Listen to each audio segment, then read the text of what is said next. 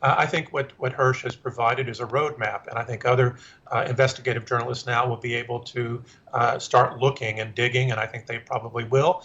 And if his story has merit, then that will be verified, and if not, that will also be revealed.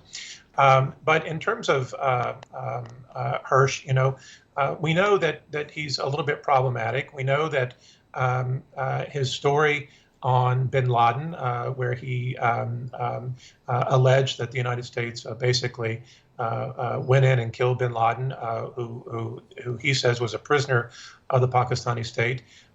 There is reason to disbelieve this narrative, but there's also good reason to disbelieve the U.S. narrative about bin Laden, including the U.S. rationale for executing him and not extracting him for questioning and prosecution. Again, he's also drawn criticism for his assertions that Assad's government has not used chemical weapons in the Syrian civil war. But, again, whether or not this reporting is correct, there are many who are concerned that given his long history, starting with the My Lai reporting in the late 1970s, that he gravitates to big stories against the U.S., or that he has an axe to grind, or that he's vulnerable to agents who have their own anti-U.S. agenda. That said, I do think that the report, right or wrong, should spark, as I've already said, a close examination. Spark. Well, briefly, Zhao,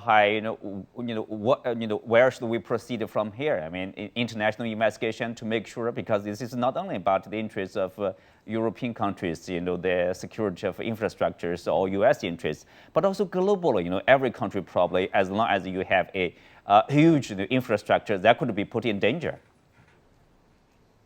Yeah, I think we should call for continued investigation of this incident, and also if this proven to be true, if her story is proven to be true, and European countries or other countries cannot take any punitive actions against the U.S., that means the U.S. is actually above and beyond international law. And that means that any claim that the U.S. is saying against China or any other country that is not following rules-based international order is hypocritical. And that means the U.S. itself is now following the rules-based international order, and they can do whatever they wanted to do, even including state terrorism in this case.